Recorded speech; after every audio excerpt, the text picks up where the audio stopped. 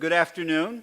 I've now given 4 of these Hopkins retrospective talks, and I guess they've decided that they don't need the president to introduce me anymore, so I'll introduce myself. I'm Bill Leslie in the History of Science and Technology Department, for those who haven't met. And my day job is writing history of Johns Hopkins University, and I'm actually making progress. And we'll finish. I won't have books for you next year, but maybe the year after that we will. So this year, I'm going to have a departure from our usual lecture format. I've got something of a show and tell to talk to you about film and television at Johns Hopkins. And I've also brought a special exhibit in the form of Matthew Porterfield, our own resident film director, and I'll introduce him later. And he's going to talk about his now finished film, and also about the film studies program at Johns Hopkins. So that's a treat for a little bit later. Now, Hopkins' role in film is probably a little bit underestimated. People don't realize quite how much. I sent a daughter to USC, and everyone knows about their film program. But we've sent quite a few people to Hollywood and who've become independent filmmakers, television producers, and other things. The 3 most famous were all in the classes of 1965 and 1966.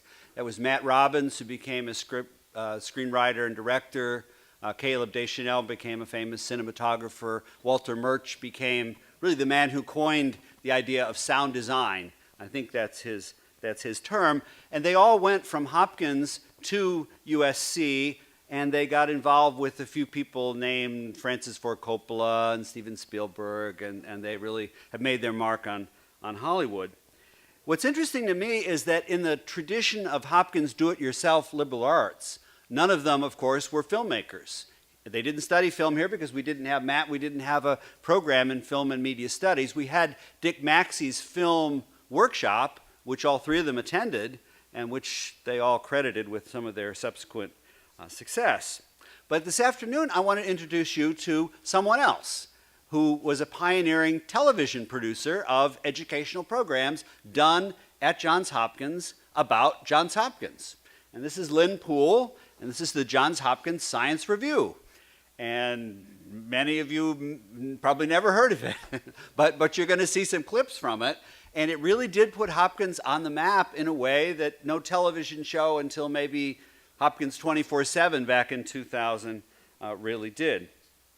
Now, Poole, I should say, was hired as the first head of public relations at Johns Hopkins. We'd never had one all the way up until 1945. And P. Stuart Macaulay, who was our provost and also had been a newspaper reporter and writer and editor for the Baltimore Sun, decided we better toot our own horn. So we hired Lynn Poole, who was working out in California, and I love the letter that he sent him, because Poole sort of wanted to know, well, what does the public relations director do? And he said, well, if you want something to chew on before you arrive, put your mind to publicizing the non-medical part of the university, so that the man you meet on the street corner in Pasadena will think of Hopkins as something other than a medical school or a hospital.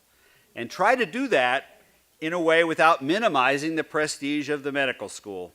We've been trying to do that job for years and have scarcely made a dent. We have had a series of suggestions as how the job could be accomplished, but most of them have come up with the words of big football team. We do not think that is the answer. This is our big football team from the class of '88, as in 1888. Well, Lynn Poole thought maybe he had a better idea, and that would be an educational television program on the new hot medium of television. Marshall McLuhan would say cool medium, but he would say hot medium. And he had the idea that we could do this. We might be able to get commercial sponsors, which we eventually did. And he found in, this shows WAAM, which was the original station on which it was carried. They were looking for content. We were looking for a format, a platform where we could say something about Johns Hopkins, and it seemed to be a perfect match. So beginning in 1948, Poole presented a weekly program, Tuesday evening, 8 o'clock, the Johns Hopkins Science Review. And it was carried on an astonishing 24 stations, coast to coast, but that's 24 out of 108, so it was a considerable number of stations. More than 1 million viewers on a typical night, featuring local talent. meaning Hopkins professors who had absolutely no experience performing on a television set. And you'll see in the clips, we really had some difficulties. But it was carried by the DuMont television network, and it turned out to be a surprise hit. It also won a couple of Peabody Awards, and it really was successful. They did some shows for the BBC. They did 3 shows over in Britain. They did one on television in Britain, one on the Royal Society, and one on what does Britain contribute to the aircraft and jet age. And they did one for Télévision Française, not any of the British shows, but they did a separate one for them. And they also did one which you all have to see at some point as soon as they finish digitizing. I think they finished digitizing, but they aren't quite out there yet. It's called The University, and it follows the life of an actual freshman who arrives at Johns Hopkins, and it takes him through the year from pulling up in his 1955 car in front of AMR's, getting out, unpacking, meeting his new friends, follows him through the year to the Maryland lacrosse game in the spring. And he's an absolutely typical Johns Hopkins undergraduate. Blonde, 6'2", played tennis, he's from California, and his name is Larry. It was a great recruitment tool, and in fact, it brought to people who'd never heard the Midwest and the West Coast, who only knew Johns Hopkins as a school of medicine or as a hospital, the idea that there was, in fact, a university there. It did programs on just about everything you can imagine, from archaeology to X-rays. It told the truth about biological warfare, which was a show we did for the US government. It showed the Earth from 70 miles up from an APL rocket. It took you inside the operating room to see what the separation of Siamese twins was like, way before Ben Carson, of course. It took you on a trip through the heart. It told you whether or not you were too fat.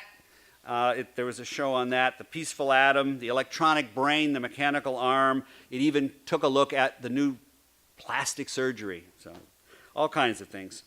Now, thankfully, Special Collections and Archives has, and this is one of my favorites, this is one, can you guess the show? Why, it's Anatomy, of course, and that wasn't Larry, but he could have been Larry.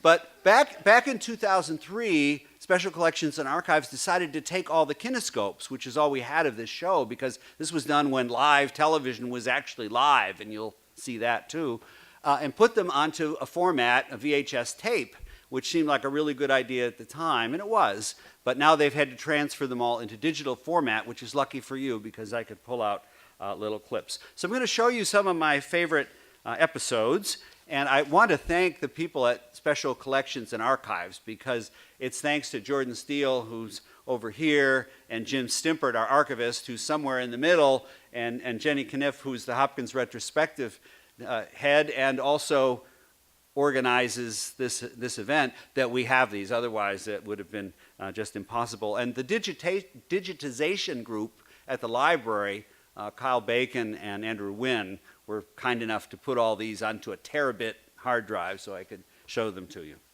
But before I get to this is Hopkins. We have to take a test, of course, and you have to pass it. So we might as well get the test out of the way first. Not only, there are prizes, but they're not A's, but they are actual prizes. And the way it works is there are a series of questions. There are 12 questions.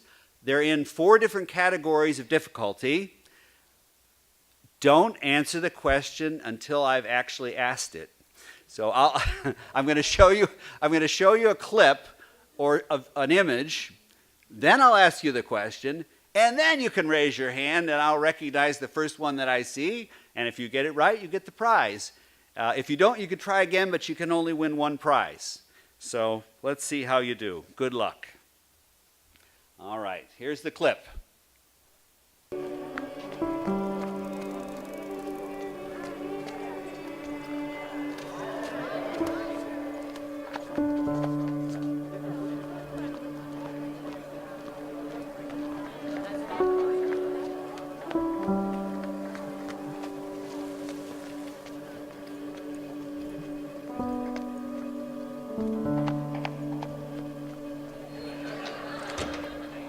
Wait for it. Okay, here's the question. Right there. The Social Network. All right, very good. Now remember, if you really think you know this, you want to wait for the great prizes. Okay, very good. Here we go. Answer: Social Network. Harvard wouldn't allow filming, so we stood in, and my office was actually in it, and they said, oh, can you turn on the light and pull down the shade? But I'm not in it. Okay, here's another one.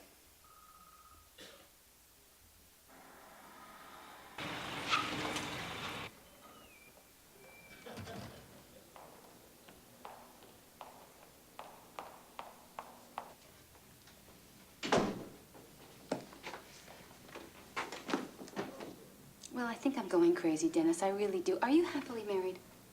What? I mean, why did you get married? Was it all trumpets and fireworks and... I got married because Betsy said we had to break up or get married. So we got married. But when you first met her, did you believe that she was the only person for you, that in some mystical, cosmic way it was fated? Annie, when you're attracted to someone, it just means that your subconscious is attracted to their subconscious, subconsciously. So what we think of as fate is just two neuroses knowing they're a perfect match. Okay, here's the question. I'm having in the back. all of these fantasies about some man I have never... That. Red. Sleepless in Seattle. Sleepless in Seattle. And Meg Ryan, of course, is coming through the Peabody Library there. Excellent. There's the Sleepless in Seattle. They get a little tougher, and one person in this room is not allowed to answer this next question. Okay, here's the image. There's no moving picture for this one. Okay.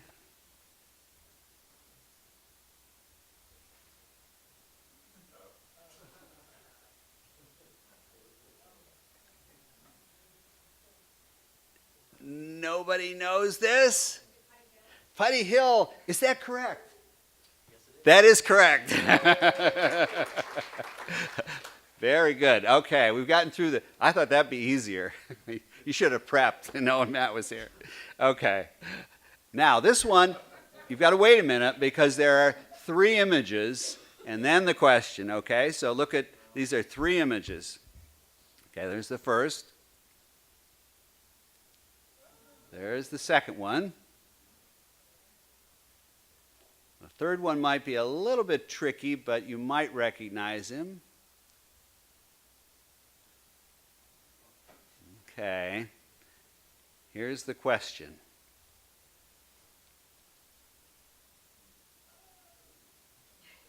Oh, you got one?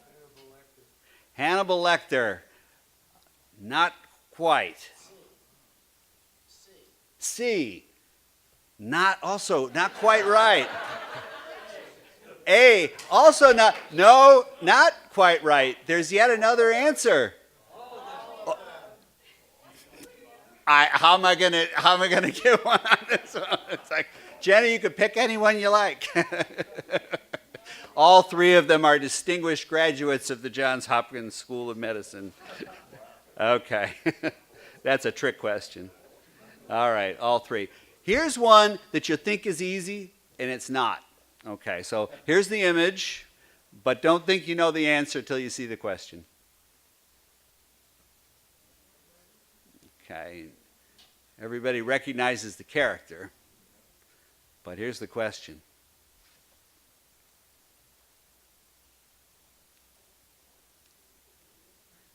This is a tier 2 question, so we'll see.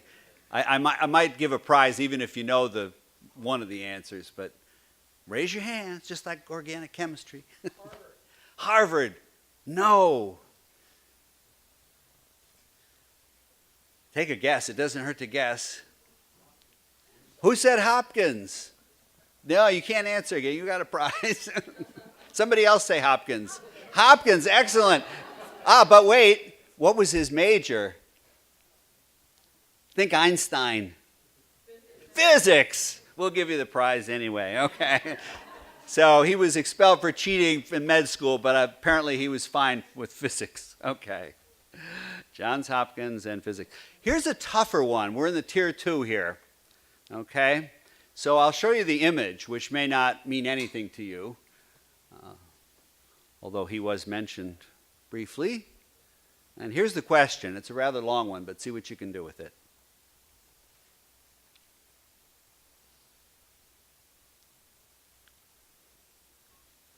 Michael. Caleb Deschanel. That's right. There he is, Caleb Deschanel. Yep. I thought the daughters would probably give it away, but if you weren't in the class of 66.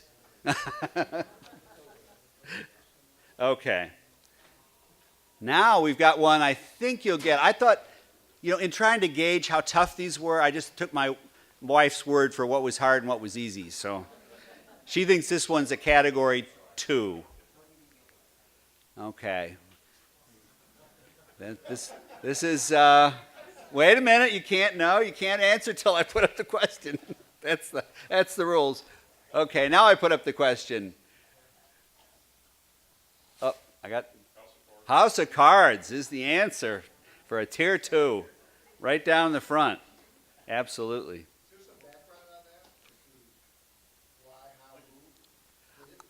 Well, they were filming. It's special effects. It was filmed in Baltimore, and if you're going to dedicate a library, why not take that one? Seems reasonable. Peabody looks too old. This looks, reasonably new. Okay. This one might be a little tough till you actually see the actress, but let's see how the clip plays out. We're back at Peabody now.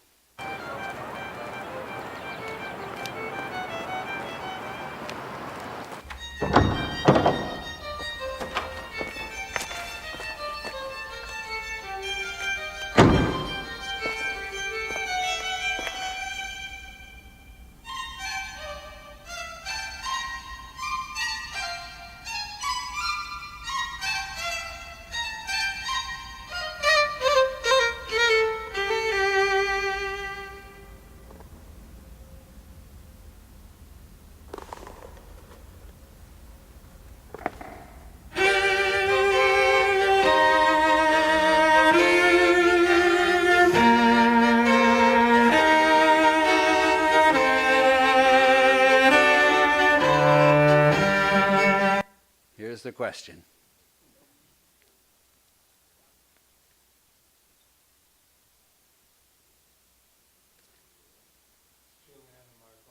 You're right. Juliana Margulies, yep. And you could probably recognize her from the shot there. That's excellent. Okay. Now we're going to the really tough. Is that the third of the tier 2? Second of tier 3. All right. So they're getting tougher.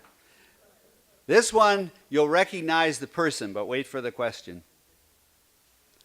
I think you'll recognize the person. Okay, so here's the question, which is a little tougher than who's in the picture. You have to be a Waters aficionado, I think, to get this one. Up, yes. No. No, did you win one already? Oh, no. No. Close enough. Mondo Trasho. which is Maxie and John Waters taught a film course here for one of the intercessions, which I would have loved to have been part of that one. That would have been really something. Must have been 66 or 7, yeah. Yeah, he was, yes, he was arrested, Waters was, for the nude hitchhiker scene, yeah. Okay, this is getting up into the, boy, this is tough. This is a clip from a film. Jenny came up with this one and bought it because we couldn't find it anywhere else. Joe, you know Congressman Tiller. How are you, Senator? Good to see you. Senator Joe Tynan, Karen Trainer. Yes, we've met. Fine. How have you been, Senator? Fine. You know Mary Senza? I am starving. They got any food here? In the other room, they have a chicken salad in the shape of Louisiana. You want to stay? There's a good restaurant at your hotel. That sounds convenient. Well, why don't we see what they have inside first? Excuse me. Nice to see you again. Show me. Let's give her room! Hey, look out! Give her room! Get this thing out of her way! Watch out, honey! Hold it! Jesus!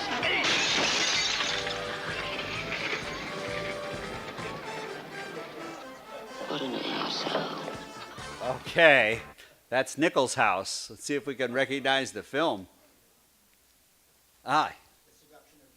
Excellent, excellent, excellent. Very good. All right. That's an excellent one. I think we're up to the top prizes, right? Yeah, we get the hats. Yeah, it's excellent. All right, we got 2 more to go, I think. That's it. Seduction of Joe Tynan. Okay, here's a classic.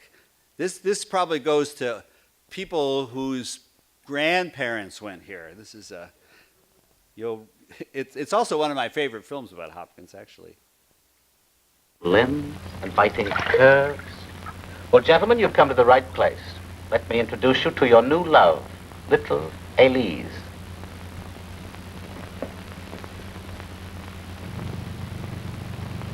The sweetheart of the school. You poor suckers, you would study medicine, would you? From now on, when you look at a woman, that's what you'll see. A heart, a kidney, a spleen, blood vessels, tibias, fibulas.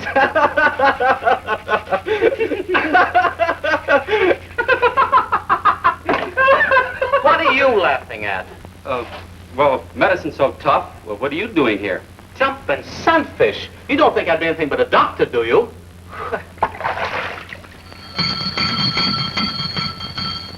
Cadavers, cadavers, cadavers. 4 hours a day you cut them up. 6 days a week for 6 months, with Metz looking over your shoulder. Who's Metz? Anatomy prof, and brother is he a killer. When I think of what's ahead of you, anatomy, pathology, histology, neurology, pharmacology, physiological chemistry, clinical... What's to eat, Heiser? What's to eat? Mr. Ben, I'm going to graduate you to the silver ring this year. Still seeing spots in front of your eyes? Oh, never mind my spots, Mr. Ben. Heiser, open your mouth. Say ah. Oh, go on. Oh, just one little look. Now, there ain't no third-year man going to look in my mouth. When you get that piece of paper that says Dr. Benjamin Mead, then I'll let you look in my mouth. Maybe. Shh. Don't hush up. Here she comes.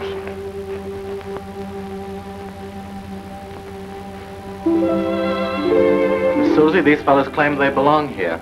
Shall I call the roll? No, thank you, Benjamin. Okay.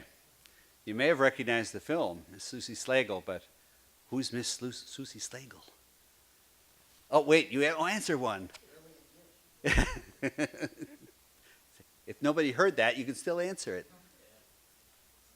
No one else knows? Lillian Gish. There you go. Good ears count as much as memory. And that was Lillian Gish, and she wasn't famous for her speaking roles, but there she is in Miss Susie Slagle's. That also was courtesy of Jenny by somebody with a video camera on a television or something. This is the hardest one, I think, coming up. It's not certainly our proudest moment in cinematographic history, but it's an interesting one. Okay, here's the poster.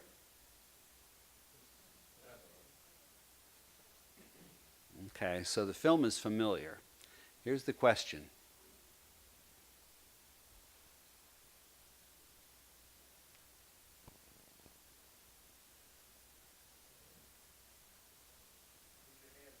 Someone, yes. Yes, that's correct. Very good. All right, you all win a prize. So there you are, the Klansmen. So you've proven that you have good knowledge of cinema, but not of the Hopkins Science Review. So I'm going to spend a little time with it, assuming this comes up for me like I hope it will. There it is. And to give you a little bit of background, some of you may remember the graduation of commencement 2008, and you remember who the speaker was, or the guest. Was Bill Nye, science guy. And I remember that really well. It was Bill Brody's last year as president, and he gave a very good address, actually, a very heartfelt address. and then Bill Nye was the special guest, and he gave an address, which I remember for being less funny than I thought it was going to be. But it was serious. It was serious. It was good. And Bill Nye is the person that my kids grew up watching on television. It was Bill Nye the Science Guy from 1993 to 98 or 99. It was started on one network, went to PBS for a while, and he was the image of the scientist. Or his rival was, do you remember this guy? Beekman. Beekman's World. That's the one that my kids learn science from. They like to go to Beekman's World. But before there was Bill Nye and Beekman, there was Don Herbert, Mr. Wizard. Mr. Wizard was a television show from 1951 in Chicago, where I grew up, and was eventually syndicated and lasted for many, many years. And that was the one that was my model. And in fact, I still have my Mr. Wizard's Experiments for Young Scientists, signed 1959. So it was a gift from my father, who expected me to become a scientist. He was in the Army working on food for the astronauts, which seems like an odd thing to do, because the flights were about 8 minutes. It didn't seem like food was the biggest thing they had to worry about. But he would bring us home samples of the different things that he was working on to see how we liked them. Not much. Coffee gum was the only one I remember that I could stomach. He was a big believer in going to Mars. And when The Martian came out, I thought, oh, if my father had only lived to see this, because, of course, what is the story? He gets up to Mars and he's got to learn to grow potatoes and food. And my father was convinced. I have these old clippings that show how we're going to get to Mars and how we're going to feed our astronauts, and we're going to feed them algae. And he was absolutely convinced that this was the way to get to Mars. And he would bring us samples of this, and I thought, this is just not going to work. But that didn't dissuade him. He made me watch Mr. Wizard. He bought science kits, rockets especially, and he was convinced, of course, as a chemist, that we could make better rocket fuel than the commercial companies. So he taught me how to make it on my mom's stove. And you'd mix in the sulfur and the zinc, and it's fine unless it catches fire, in which case it did, and we had an experiment that looked a lot like Mr. Wizard's, except it was on my mom's stove, so it burned down through the drip pan, through the top of the stove. Now, one might think that that would be considered grounds for severe punishment, but it wasn't. It was evidence of great scientific talent, and so there was no punishment for that. So I grew up on Mr. Wizard, but before even Mr. Wizard, there was our own Lynn Poole and the Johns Hopkins Science Review. And what I want to do is show you a few clips from it, because you will recognize some of the people in it, depending on what class you graduated from, because they were the actors. He went around to the Hopkins faculty and invited most anyone I can think of to appear on his show. He was doing a once-a-week show, and so he needed to find anyone he could. So I'm going to let Poole introduce himself by telling you about all the accolades his show got. This one happens to be about Abel Woolman, and it's called Don't Drink That Water. And I'm not going to actually let you hear from Abel Woolman, because he's not that interested. He was really a nice person in person, but he didn't come across that well. But you'll get an idea for Poole himself and what it was like. This is the studio, very professional looking studio, which was shot at WAAM. I've seen it said that it was shot at Hopkins, but I see no evidence that we actually had a studio anywhere near here. And this is the camera work. The next one, I'll see if you can guess what the subject of the week's science review was. Any guesses at all?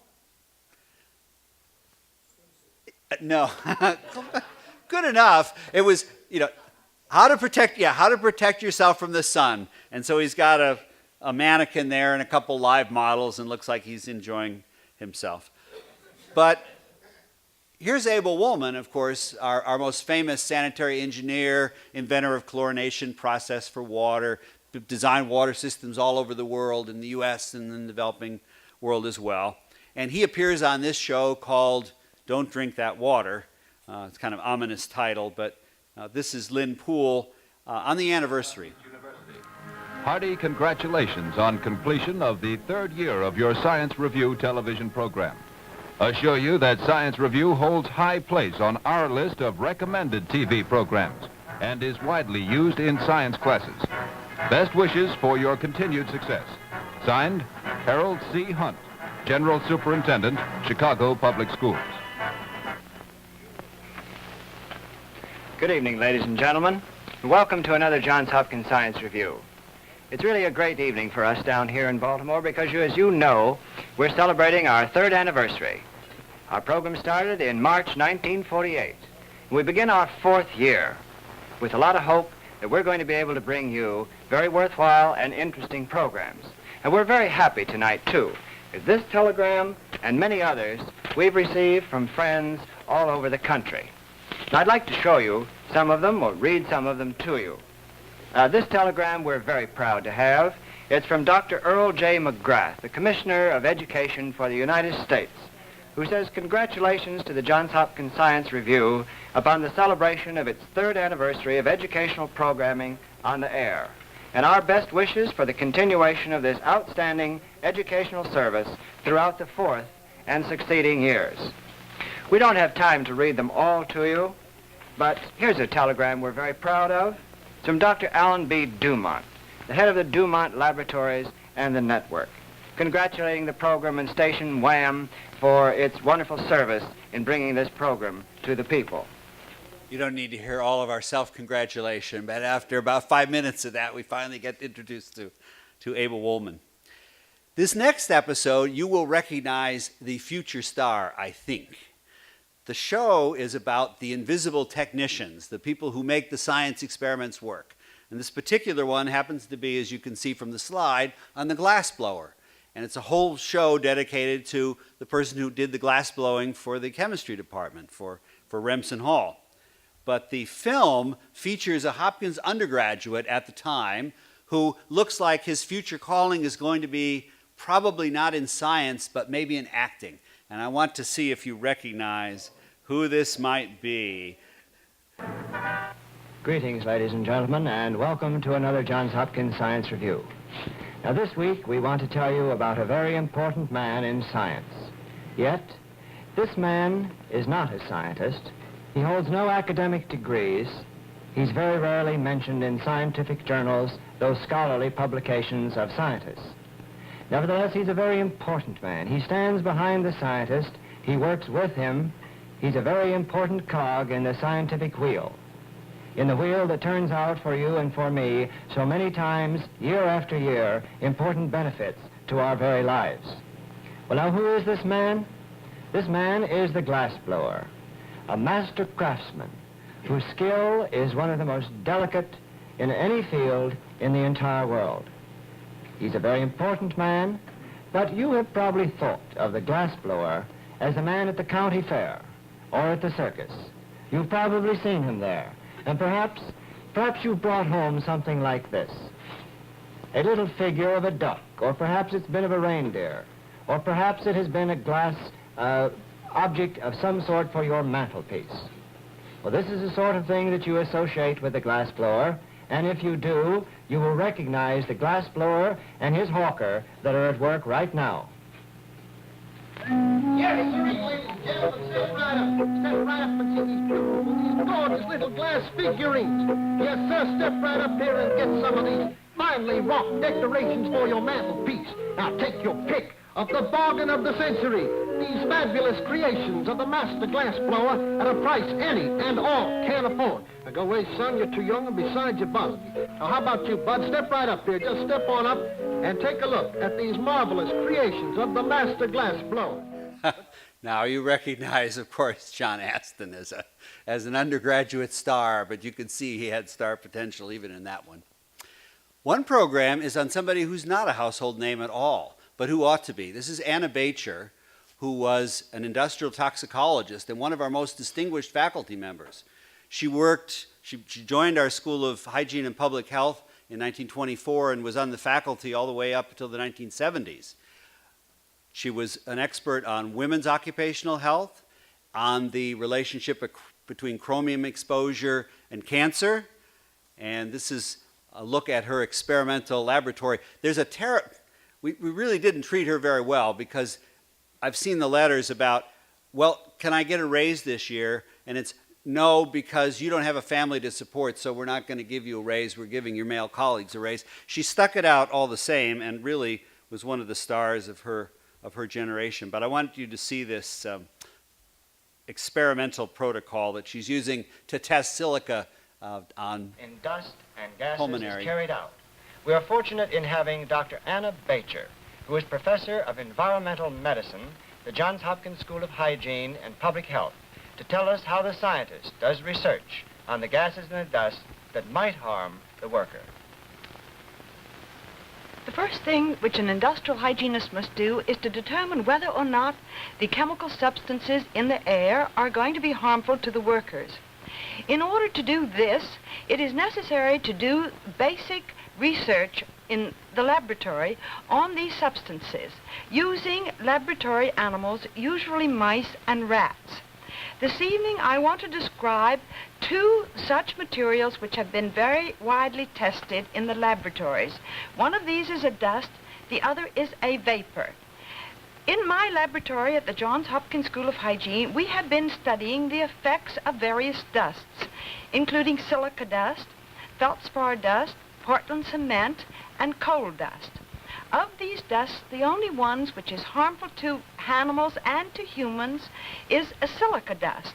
So I want to tell you about the experiments which have been done on silica dust.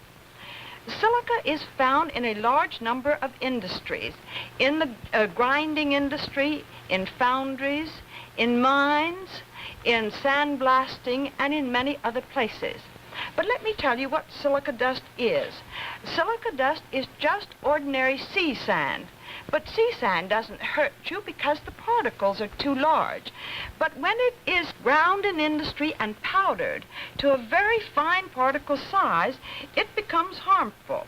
And this is what free silica dust looks like when it is ground to powder. I'll blow some of it and you can see how it goes into the air. It is so fine you can scarcely see it. Well, when we wanted to study the effects of silica dust, the industrial hygienist exposes animals in a dust chamber and blows silica dust over the animal. You will see in this chamber here a white rat. This animal is put into a dust chamber and is exposed to a dust, as you will see, for 8 hours a day for 5 days a week, which will be exactly equivalent to what happens when a man is exposed to dust in industry. Poor rats, but you got a good sense of her experimental work.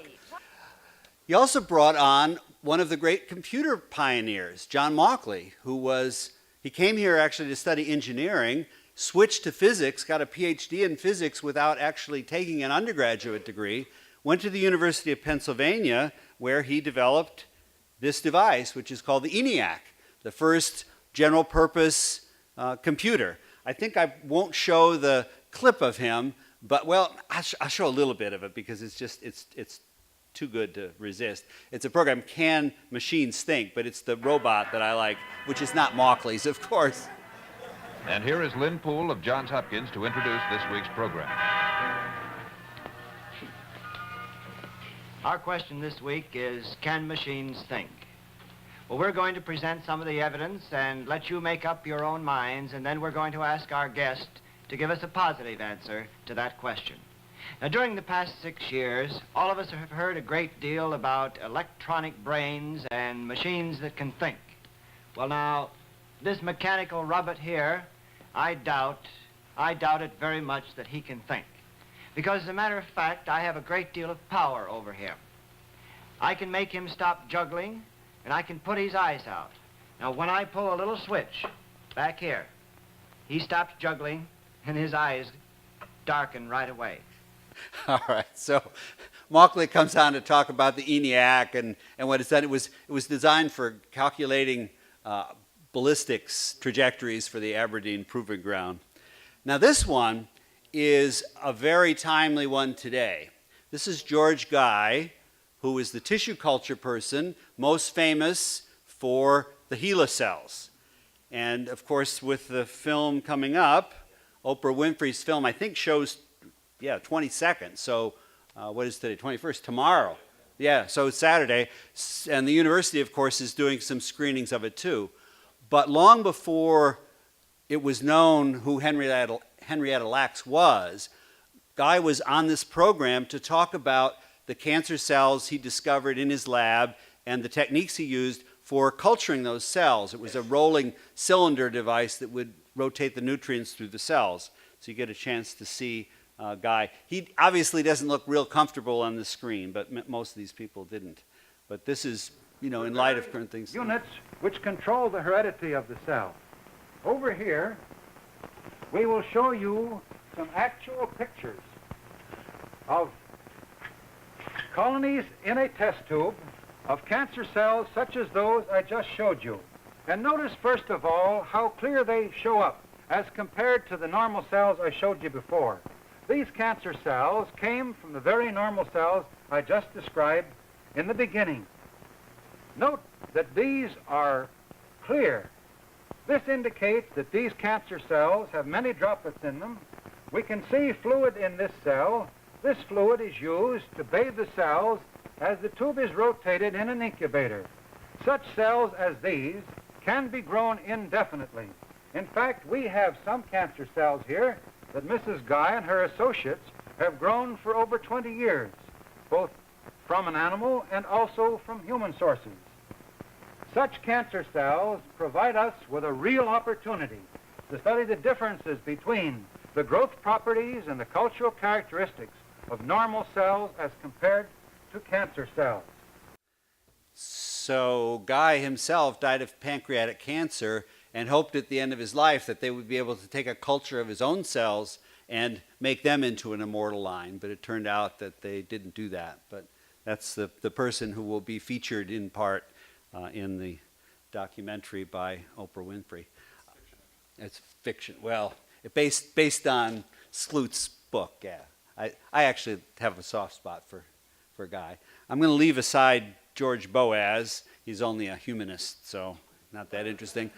I do want to give you this one. This handsome fellow is Malcolm Moos, political science professor at Johns Hopkins, later a speechwriter for Milton Eisenhower, most famously his farewell address where he warns about the unwarranted influence of the military-industrial complex. But this show is about, can we predict elections?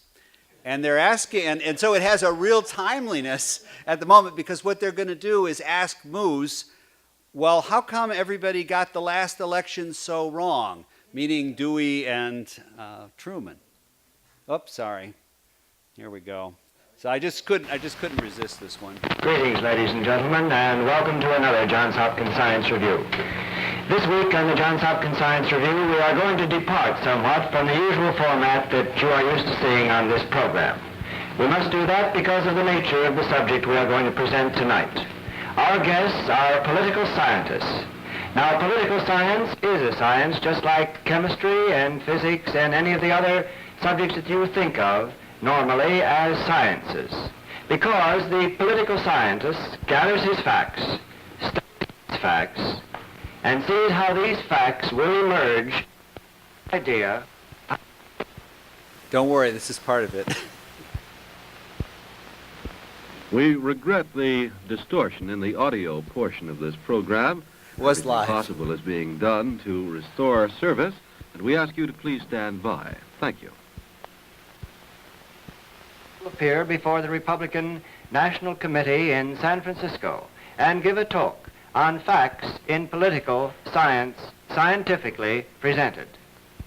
This young professor is Dr. Malcolm Moos of the Johns Hopkins University, and he is joined tonight by the well-known Mr. Louis H. Bean, who is a political analyst and statistician for the U.S. Department of Agriculture. Both of these gentlemen have had much experience in facts of political science. Both of them have written widely, and they're here tonight to tell us and discuss with us whether or not we can predict elections. Gentlemen, as we start this, Perhaps it's unfair of me to remind you that in 1948, the political scientist and analyst did not do so well in predicting the elections except one gentleman. You're quite right, Mr. Poole. I'm reminded of what you say by the fact that my good friend Louis Bean and I were listening to George Gallup give a post-mortem out in Chicago after the 1948 election. I think there's a little bit of that going on now. How did they get it all wrong? Bob Scott needs, of course, no introduction. I remember him from his lacrosse camps where I took my kids. He was a tremendous teacher as well as coach. And the words that ring in my head are, he would tell them, come on, fellas, scoop through the ball, don't rake it, come on, fella. Never heard an obscenity out of him on the side, ever. Great player, great coach, great man, greatly missed. And I'll just show you a couple of seconds of this one. They were running out of science topics. So, oops, sorry. So we have the Hopkins Lacrosse Report. Hopkins Report. With our guests, Dr. William Kelso Morrow of Johns Hopkins University. Robert Scott, head coach of the Hopkins lacrosse team. Wilson Fuster, assistant coach, and the members of the Johns Hopkins lacrosse team. And here from Johns Hopkins is your host, Lynn Poole. Thank you and good day to every one of you. Unfortunately, it snowed 20 inches, so they could only throw the ball around in the gym. that was the extent of it. I have to leave you with one of my favorite finds in all of this archive, because we're here for Reunion 2017. This is Reunion 1954. It's not, there's no sound, but it's in color. And it's what is the world going to be like in the far off future in 50 years, in 2004. And so you'll see the floats and I'll show you just a couple minutes of it, but it seemed to me exactly the fitting conclusion for a piece on the Science Review. Not clear why the Science Review is doing Homecoming, but it's just great. Sorry, I want to get the sound down so it doesn't annoy you.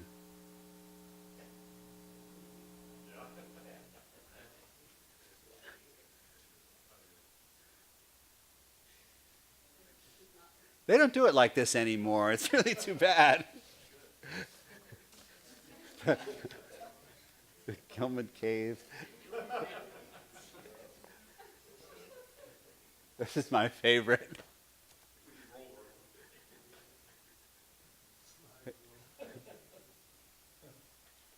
It's Hopkins working on Maryland there in preparation for the game.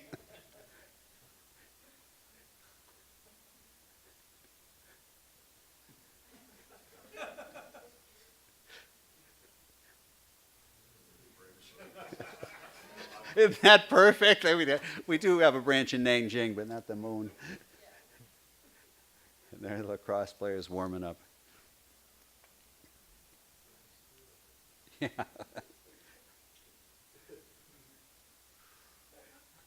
I think they put more work into the floats in those days, you know.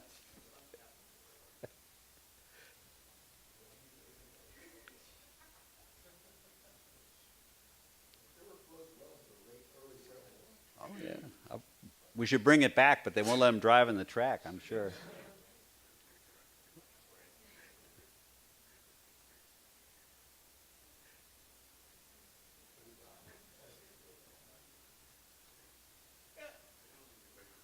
And there's the crowd, a little dressier than nowadays. And there they go. Okay, so that's a little look at the Johns Hopkins Science Review.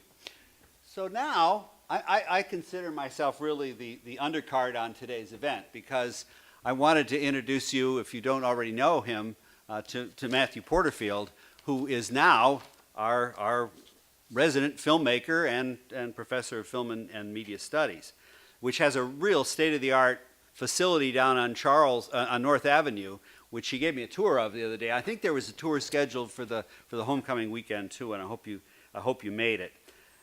if you didn't, you can still certainly get an appreciation for Matt's work by checking out one of the DVDs of his films, of which there are several now. He's done 5 of them. The first one, Hamilton, in 2006.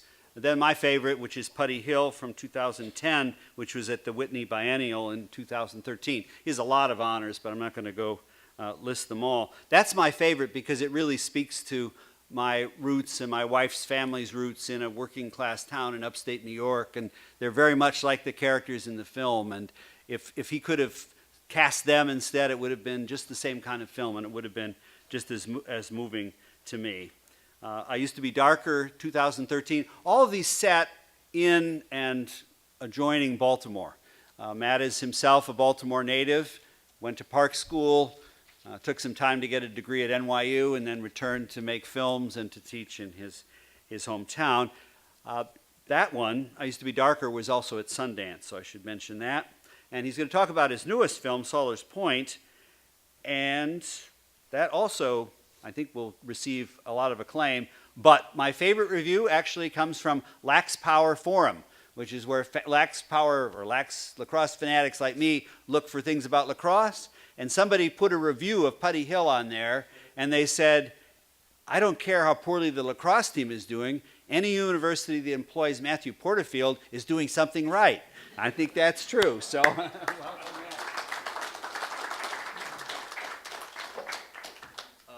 That's news to me, thanks.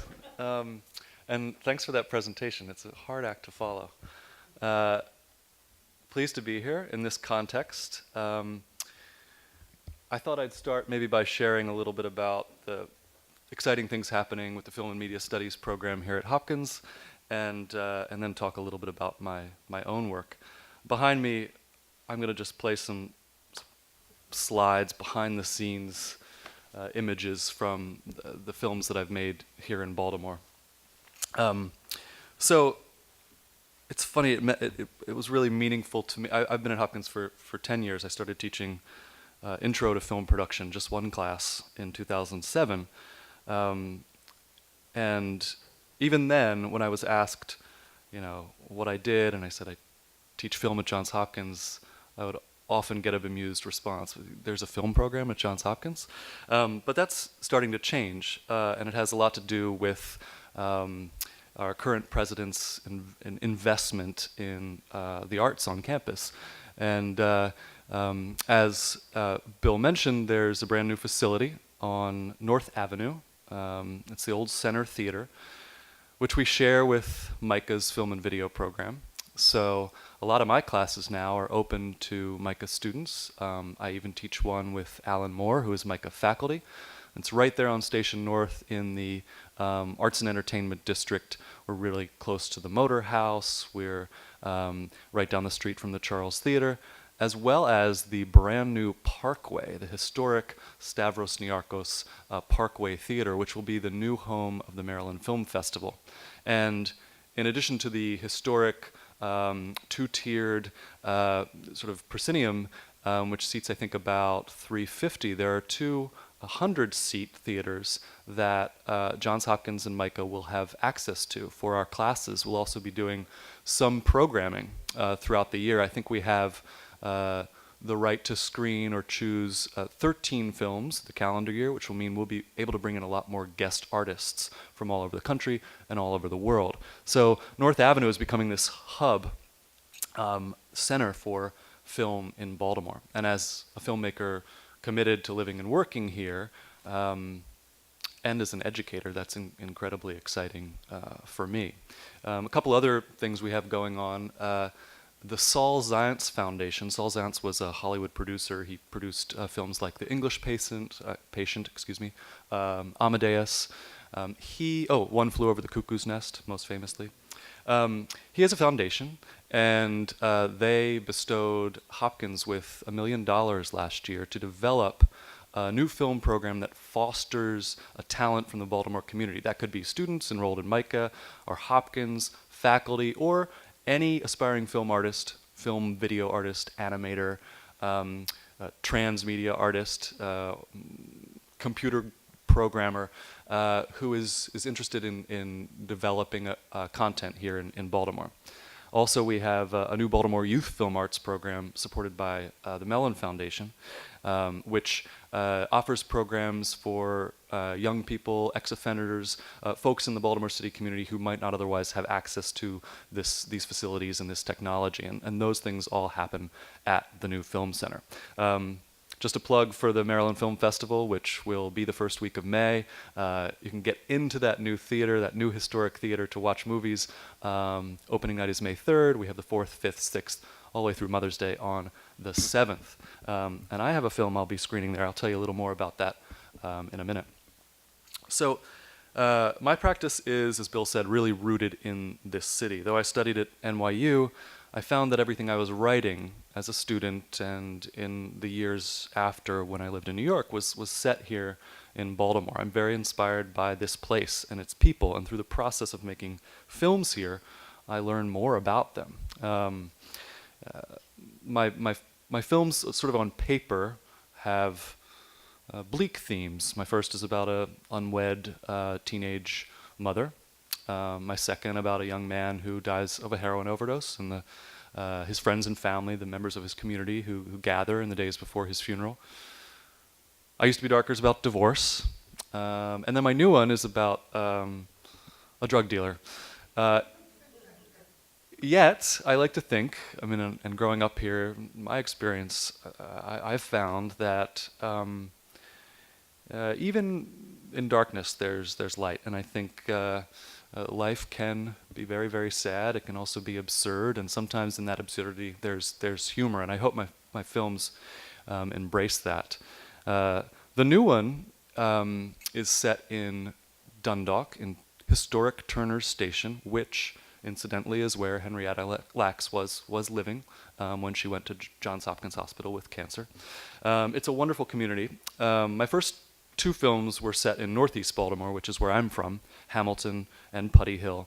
But this one I was exploring a neighborhood, a community that was foreign to me, though I have a historic connection. My grandfather worked at Bethlehem Steel.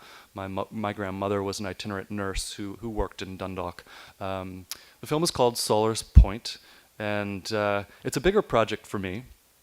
It stars Jim Belushi as this young man's father. The young man, this ex-offender drug dealer, is played by a Baltimore actor who's now in L.A., who's just wonderful. He hasn't done a lot. His name is McCall Lombardi. He was in a film called American Honey by a British artist named Andrea Arnold that played Can last year. And he's also, wouldn't want me to say this, but since we're here in a historical context, he's Vince Lombardi's grandson. He doesn't talk about it. So he's a football star, comes from a football family. His dad was a coach, he went to Curly, his brother's a coach, his grandfather was Vince Lombardi. Kid quit football in high school and was started skateboarding and playing in bands, and then he went out to LA and lived in his car and is trying to become an actor, and he's great. So this is his first kind of real vehicle. This could be for him, if we ever get into a festival, and hopefully we will, a real star turn. So fingers crossed, we'll be premiering the film in the late summer or fall. I've made one film outside of Baltimore, and I've been involved in a couple of others. I keep returning here, but I had the opportunity to make a film in Berlin in 2014, and the result of that was a 30-minute short. And it was really exciting. I got to work with new collaborators. It was an all-European cast and crew. And it inspired me the following summer to travel to Buenos Aires, where a documentary filmmaker friend of mine that I'd met in Vienna at the Biennale was embarking on his first foray into fiction, and he wanted a co-writer. So he flew me out to Buenos Aires, and we wrote this weird improvisational kind of hybrid doc film based on Bela Bartok's Bluebeard's Castle. It's an opera. Some of the music appears in the soundtrack.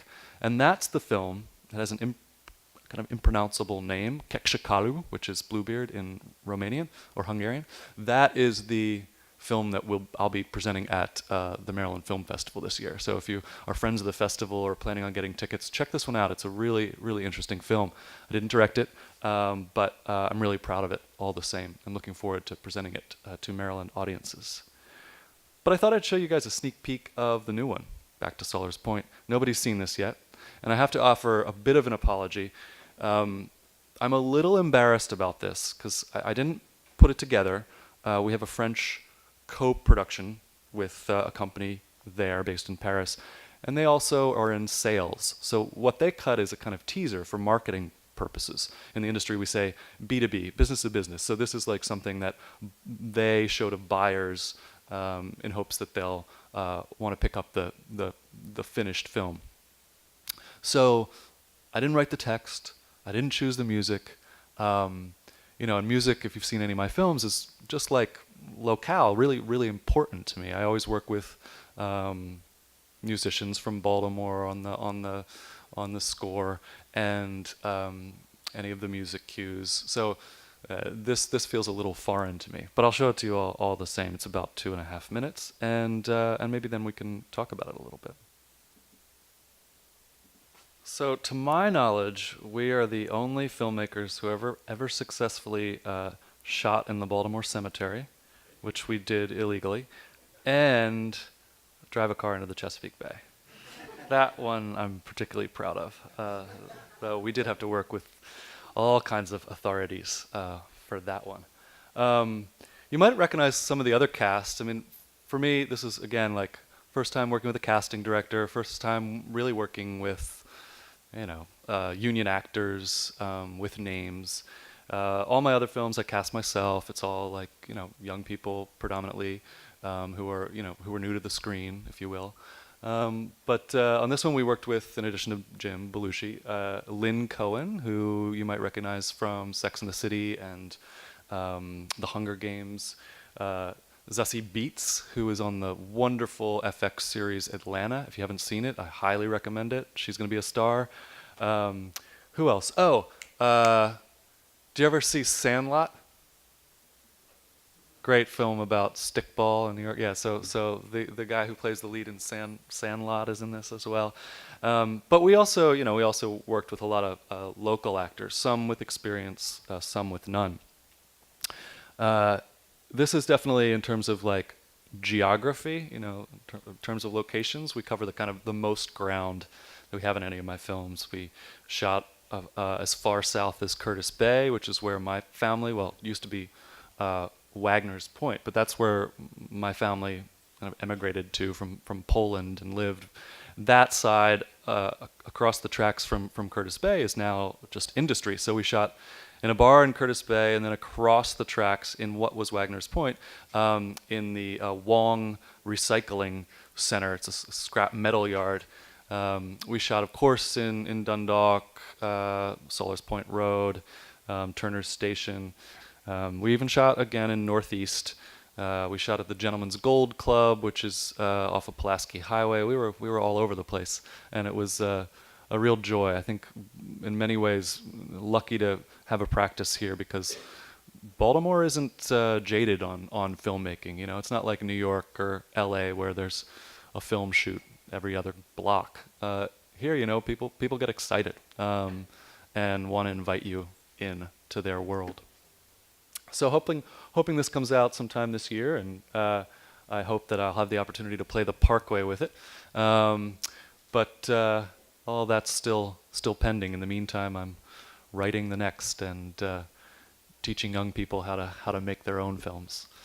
Any questions about our program or about any of my work?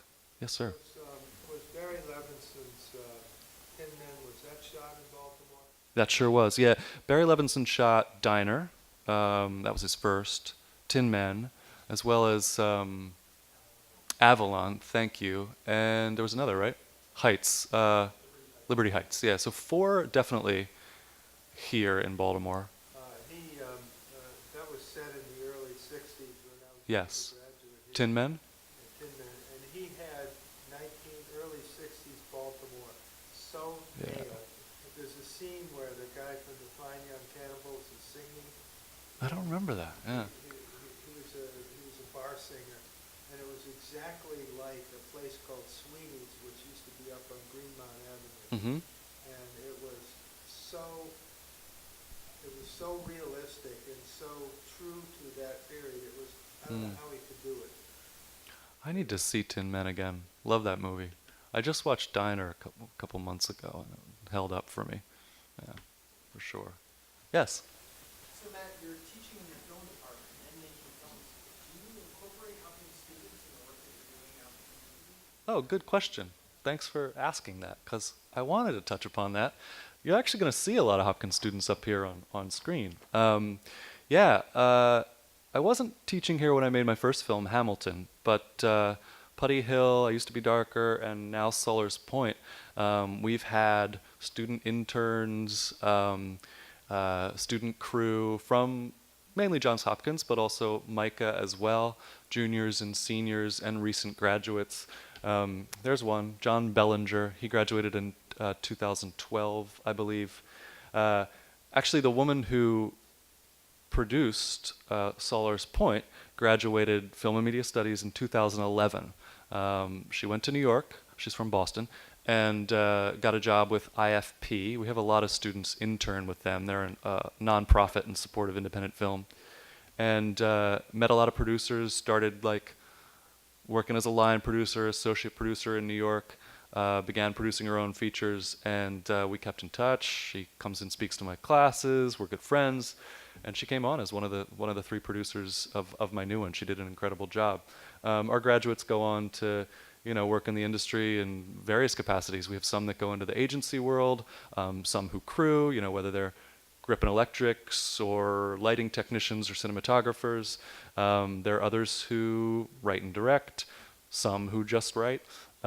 It's fascinating to see how they really catch the bug and then go on to work in the industry. But for me, having students work on my films is wonderful because, I'm providing a learning opportunity, but I also think it changes the atmosphere on set. If you have I try to pick really great people to work with because it's a community, and the culture of the set really, I feel like it needs to be positive.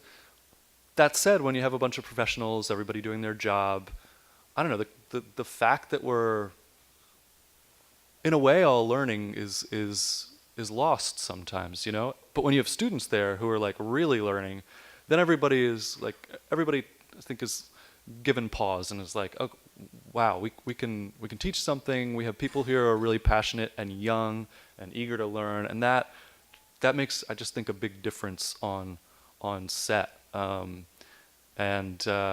Suller's Point in particular, this guy said some of these students have incredible responsibilities, And on the last day of shoot, it was really fun. The last shot on the last day, it was a 30-day shoot for Suller's Point. All the department heads who had student interns gave over their jobs to the students and assisted them so that instead of my cinematographer shooting, two of the student camera assistants shot, and instead of my gaffer, who's in charge of lighting the scene, one of my students lit the scene, assistant director was a student, and the roles switched for the very last shot, which you would call the martini, and everybody was so excited. It was a really nice way to end the shoot. Yeah, love having students on the productions. Anyone else? Yes.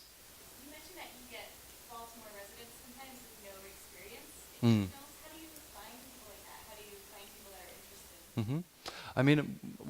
When I made my first film, which I started kind of casting in 2006, I tried everything. I printed little postcards and handed them out at the mall. I used MySpace, if you remember that, to sort of troll people of us, actors of a certain age with certain interests. You could actually really target your searches, and I'd seen that a couple other films had sort of taken this approach. So you could post a casting call on social media and then do a targeted search and invite people. That was actually pretty successful. And I just go up to people on the street. I still do that even today. If I see someone on the street that looks interesting, walk up to them, say, hey, I know this sounds really funny, but making a film? Would you have any interest in being in a film? And I would say 50% of the time, the next question is it a porno? It's like classic. And I'm like, no, I'm sorry, it's not. I'm sorry to disappoint you. It is not. I mean, that's the same thing you do when you go to somebody's house and you ask if they can shoot. I've been working with the same locations manager who worked on House of Cards and The Wire. His name is Eric Bannett. And basically we drive around Dundalk, and I'll go with him because I think it's really fun, but he just goes up to people's doors, knocks on the doors, says, I know this sounds really funny, but we're making a film and we're interested in using your house as a location. And sometimes people say no, sometimes people ask for some more information, so it's like just, kind of hand-to-hand works really well. I have found, and this is what I encourage my students to do, there are a couple local listservs and sites dedicated to, acting. There's Backstage, which has a local chapter but is national, and then there's sites like Craigslist and Dragonook Connects, where you get a lot of response if you post a casting call, a lot. And some of those actors will have experience, some none at all. But when I hold open auditions for people from the community who may have never acted before, you try to do it at a legitimate venue like a library or a museum or university. And it's the same way my students do it. And, they come in and you give them some scenes to read and you ask them some questions and videotape the audition. And because you always want a record of what's happening in front of the camera. And sometimes you just find people that are cinematographic or photogenic or have that spark, The thing I teach my students, I teach a directing class as well, like working with actors for film, is that, acting is essentially a type of role play, which many of us have been doing since we were children. And it's helping your actors, whether they have a ton of experience or none at all, feel safe to play and to take chances and risks. Because it's certainly, if you're trying to deal with a human subject, your actors are going to be your most important allies in a film production. Any other questions? Yeah. Well, I promised. Please. At 5:30, which is coming up, they're free food and I think free drinks, right? Yeah, free. And Matt's sticking around for a while, so you might get a part if you look sufficiently photogenic. He'll be all set. So I want to thank you, and I want to thank you all for coming. It was really a fun experience. So it's a little bit tricky to get to, but if you go out the main door here, there'll be some, Jenny I think will be out there to point the way. It's in the lounge of Levering, and there's food, drink, and conversation. We'd love to have you join us. So. And if you want to learn more about the program, I'm sorry to steal the mic, we have some brochures out on the table, as well as a little zine that the Johns Hopkins Film Society made for the last edition of the Johns Hopkins Film Festival. Feel free to take these. Thanks. All right. Thank you, Bill.